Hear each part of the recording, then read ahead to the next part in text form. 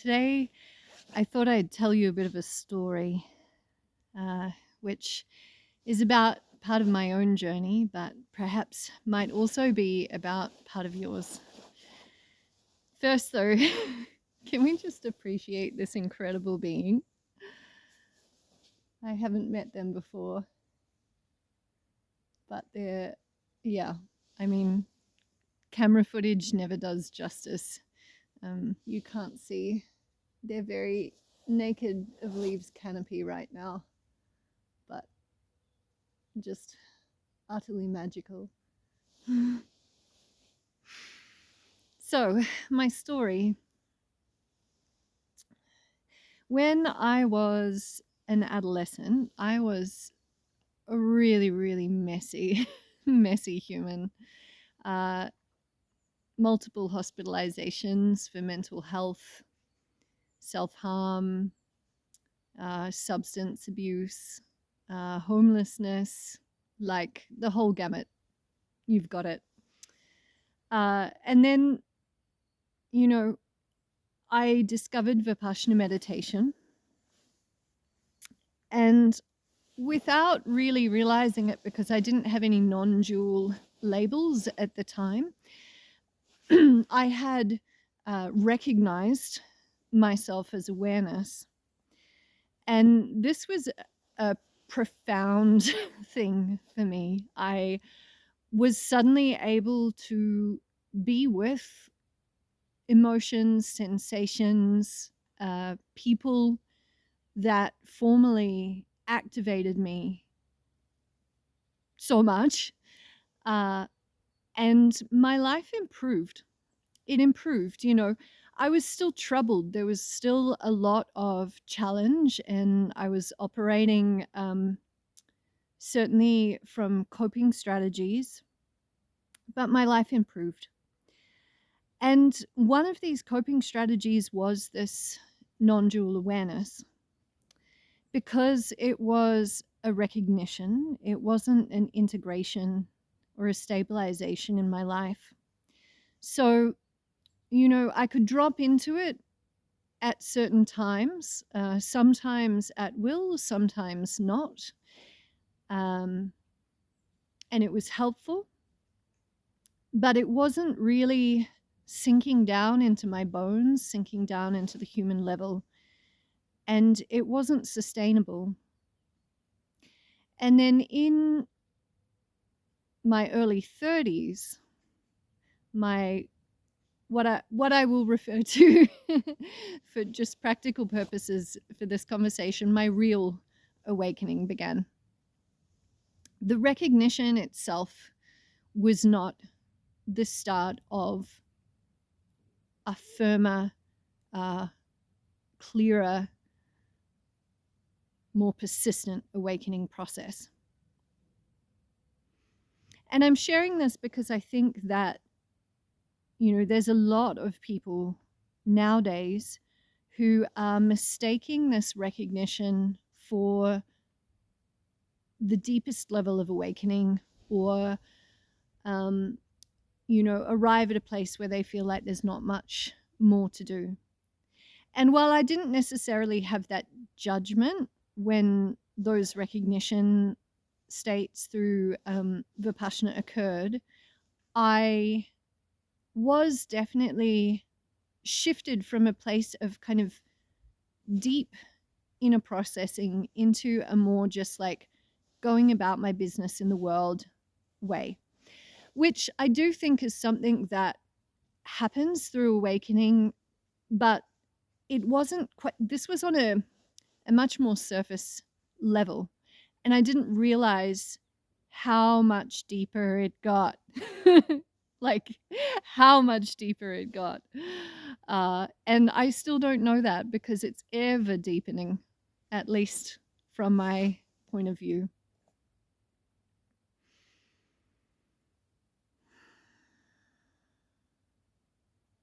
When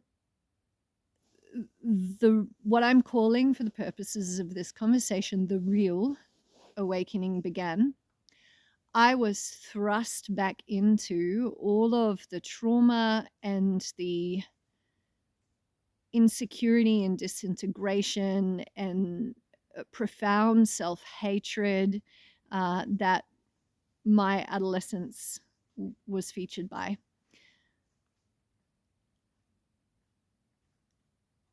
Even the self-harm. Even the self-harm.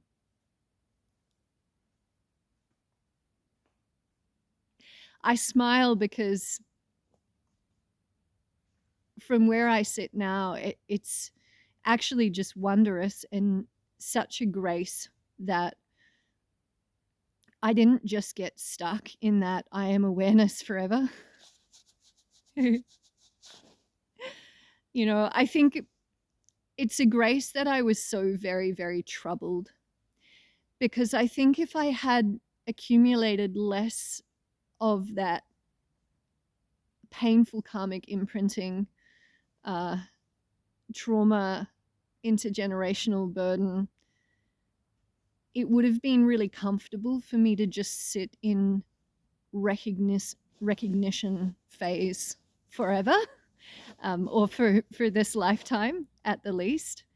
And I really feel like it was the depth of my suffering as a human being which mobilized a drive to move beyond that.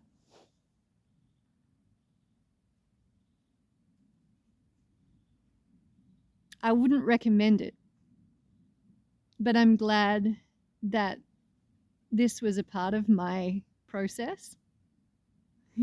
Really glad. Because the suffering is really what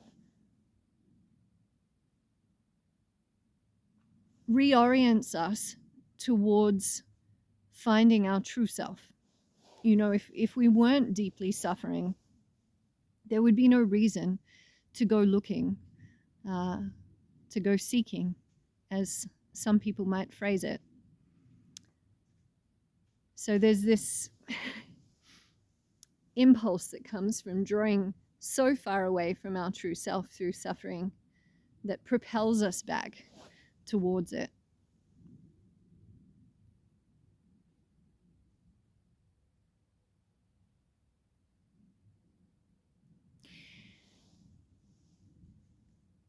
What I've discovered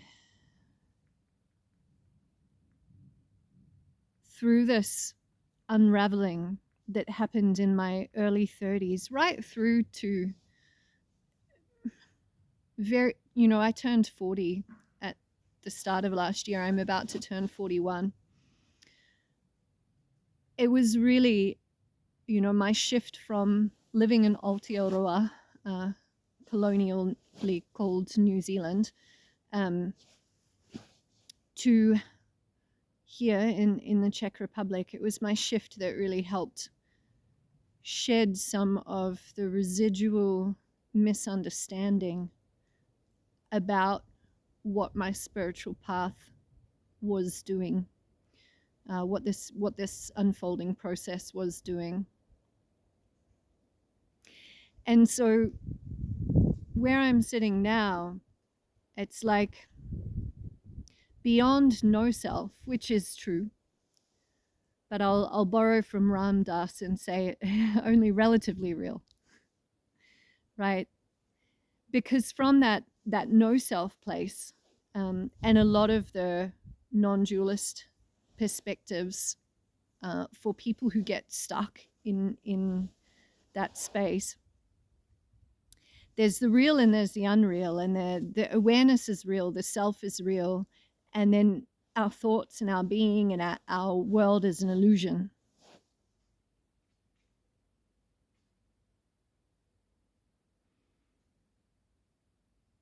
To try and words what I'm getting at, I'm going to borrow from one of my teachers who I believe borrowed it from her teacher, Cynthia Bourgeot. She's a Christian mystic.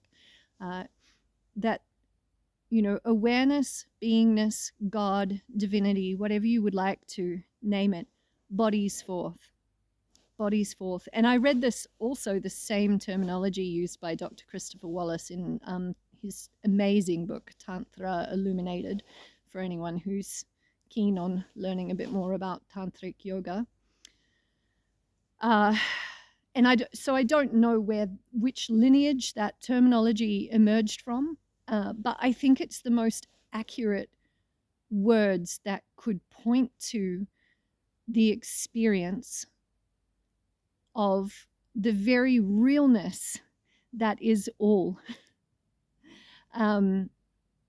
The fullness that follows the emptiness. Because it's not a matter of, I am awareness and my thoughts and my experiences and the objects of perception are all illusion. It's that the thoughts and the experiences and the energy and the objects of experience and feelings, like the whole gamut, is bodied forth from awareness. It's a literal embodiment of. And, we can conceptualize this. And for someone sitting in the space of I am awareness and everything else is illusion, it's actually very possible to logically conceptualize it, but the actual experience of it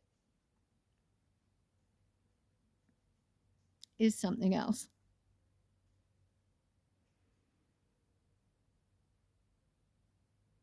And I think this is really, I've been listening to a lot of folks who are sitting in my space of understanding around awakening lately, and they all seem to agree with what I've found experientially and what my teachers have taught me, that the real key to be able to not only recognize, but to begin to stabilize and integrate this deeper space beyond no self is our own body, our own embodiment of divinity, of the one, of the great aware I. That if we don't attend to the very real, sometimes profoundly painful stuff of human experience, if we label it as illusion, as something other than the I am, this instrument, because we're an instrument of awareness, the organism is an instrument in the musical sense, not in the utilitarian sense, but in the self-expressive sense. We can't refine the instrument if we see it as an illusion.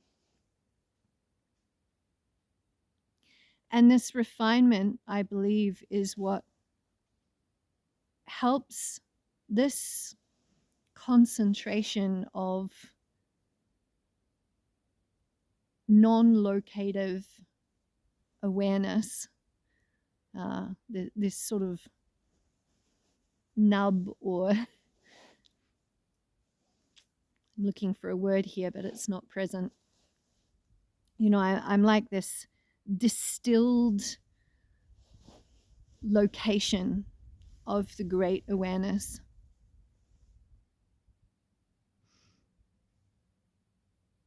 And that has that same capacity for deep expression, deep love, deep beingness as all that is. And if I ignore the human realities, which again may only be relatively real, but to embrace them as a part of truth, not the wholeness of truth. Like, this is where we get mixed up, right? Is taking a singular facet of the multifaceted gem as the truth obscures all of these other facets. And so we can't see the fullness of truth. But if we recognize that this one facet is only one facet, we can harvest the truth from within that facet without reducing reality down to that.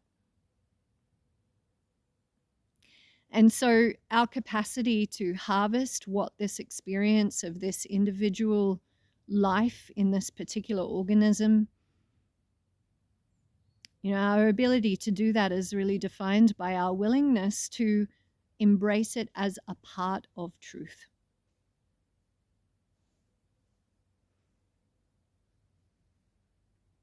And what I found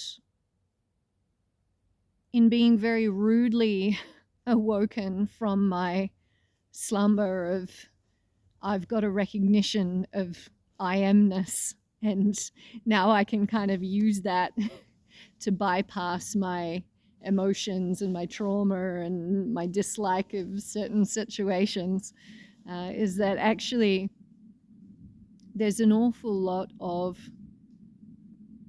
processing and pain and growth and decay and divestment that is involved in moving beyond I am awareness, beyond no self, into the expanded self.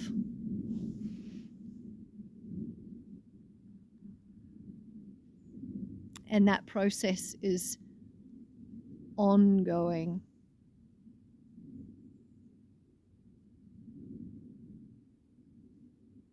But in having moved through the worst of this, oh,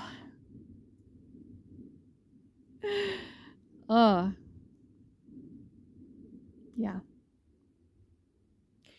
Having moved through the worst of that period of real suffering on the human level in order to honor and acknowledge the truth of my humanity,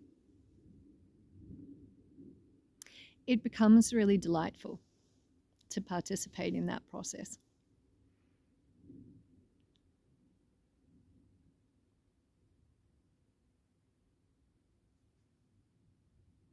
And for me, at least, in this moment in time, it's sort of like it doesn't need to lead anywhere because the process itself is so valuable, is embodying forth of my own beingness.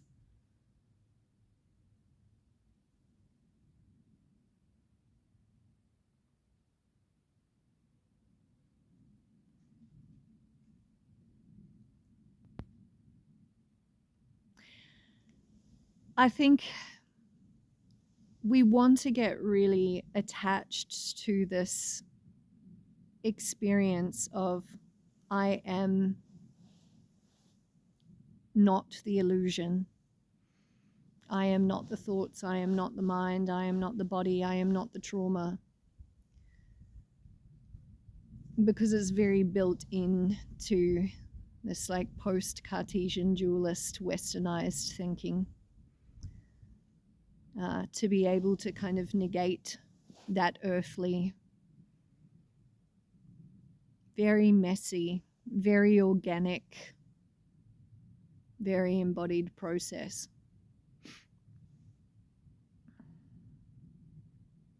But it will only be negated for so long, even if we live in that quite contentedly for a lifetime. I do sense that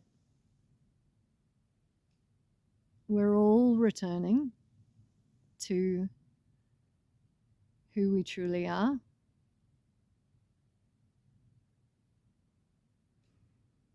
Even if it seems like we're moving away from that, even those beings in the world whom we look at as being in deep denial and actively pushing it away, there's still a return occurring. It's just we're not looking at it from the scale to be able to see that. But that doesn't mean that we don't respond compassionately where compassion is called for, that we don't work on those aspects of self-healing that require healing.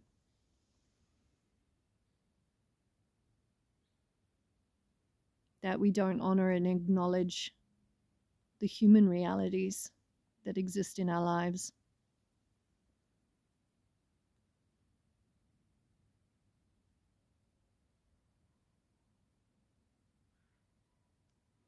And I think if we can really refine this instrument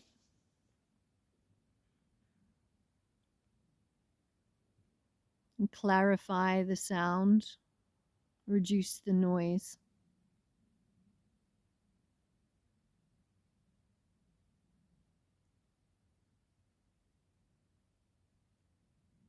we start to make the music with one another rather than as an individual. You know, the resonance of many voices has a vibrancy and a moving quality. And certainly a single voice can have that too. But there's a joy in togetherness, there's a joy in interbeing.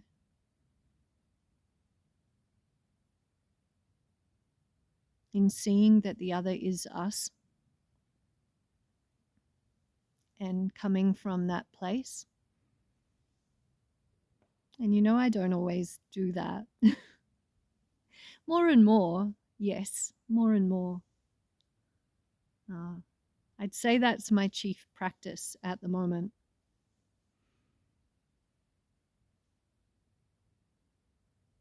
And you know, this is resonant too with even some of the less kind of non-dual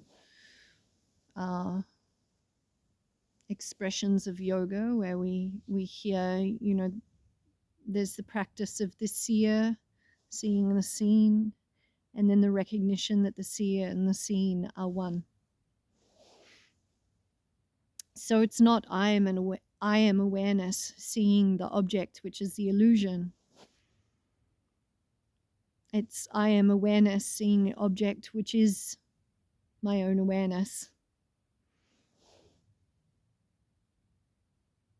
And when the world begins to take on that quality, which feels much more like a grace to me, you know, it's not like this practice that I'm doing as being directed by my personal will to, I can just like look at the tree and know it as myself. But it's arising more and more, and as it arises, I really pay it attention. You know, I marinate in that experience in order to encourage its arising, in order to appreciate its arising, in order to have gratitude for its arising. You know, not trying to get more of it, allowing it to be present when it's present, recognizing that it's not when it's not, and honoring that.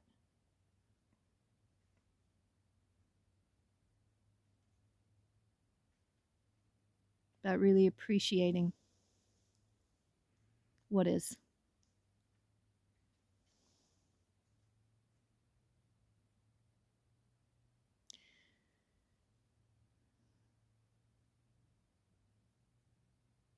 There is something beyond no self. So if you're in the no self place, that's wonderful. And I don't necessarily think there's a hierarchy. You know, I definitely had experiences of this sort of unified field prior to recognition of no self. It's just that because I was still so identified with the human, they were experienced as overwhelming dissolutions of boundaries that were really scary. Um, so I don't necessarily think it's like there's one above the other or it's a linear progression.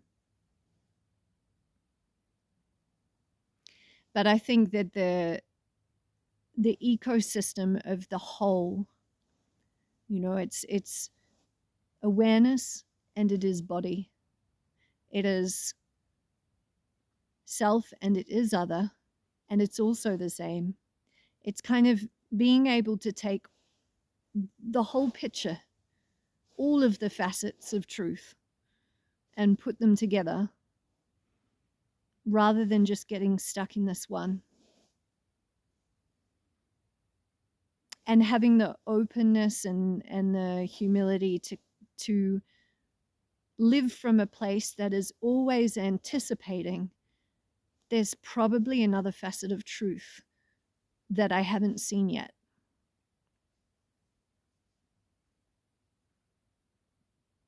And that's actually a lovely place to be in as well. When enough of that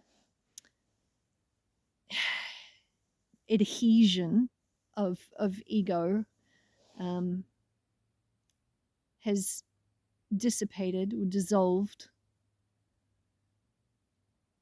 when we can actually hold things that lightly, it's really pleasurable to not know,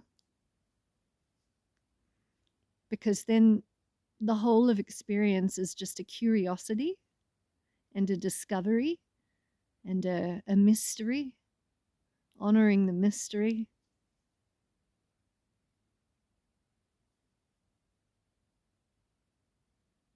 It's play, playful life. And play is sometimes rough. Play is sometimes rough.